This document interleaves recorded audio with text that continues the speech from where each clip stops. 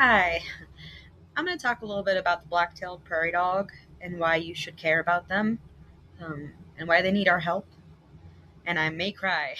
So basically, the black-tailed prairie dog is not just cute, they're ecosystem engineers and keystone species, really in the purest sense of the word.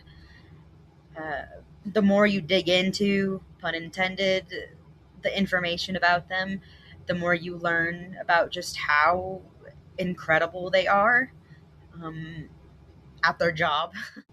More than 150 different species rely on the prairie dog towns that they create. And when you remove, the prairie dog from that web, it collapses. They're really good at creating natural fire breaks in the prairies. And recent research talks about how they could be even more important than bison for restoring prairie ecosystems. Just a little bit more about them before I get into the sad stuff is that they have a really complex language that they communicate with each other. They raise their young in family groups. They greet each other by kissing, and they only mate once a year, where the female is fertile for 1 hour a year. So they are not quick reproducing either. They're remarkable and they're in serious trouble.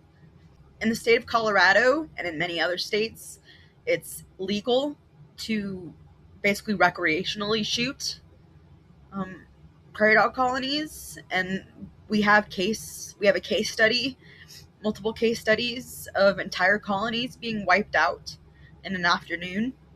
Um, and there are a lot of myths and hatred that towards them, things about them destroying the land or creating holes that cattle break their legs in, when there has never been any substantiated proof about either of these. And in fact, they're quite the opposite. Cattle actually tend to prefer the vegetation around prairie dog towns. But this hatred does have consequences, and that really is seen even here in Boulder, where the city is engaging in what they call restorative and regenerative agriculture. Um, but a lot of it is them going in and killing the prairie dogs first in order to restore the land.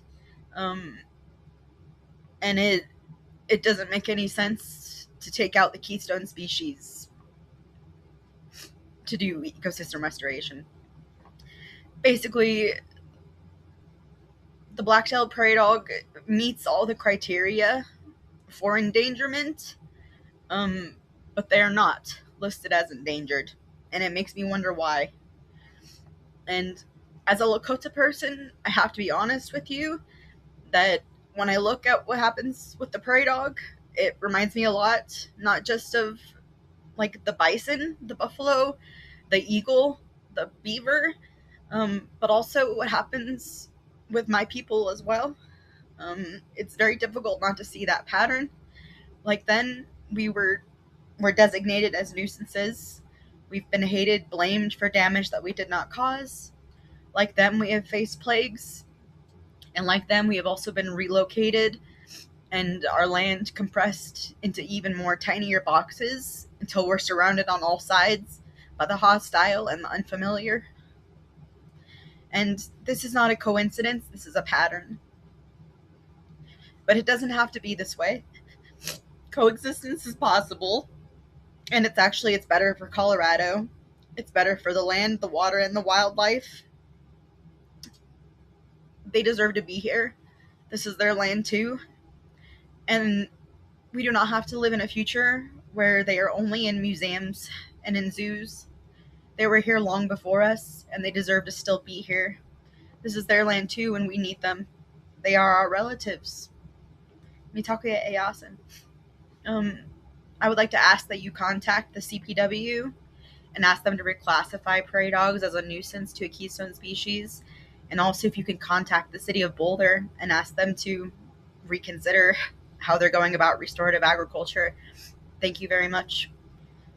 These are my sources, and this is a poem that I wrote. Thank you.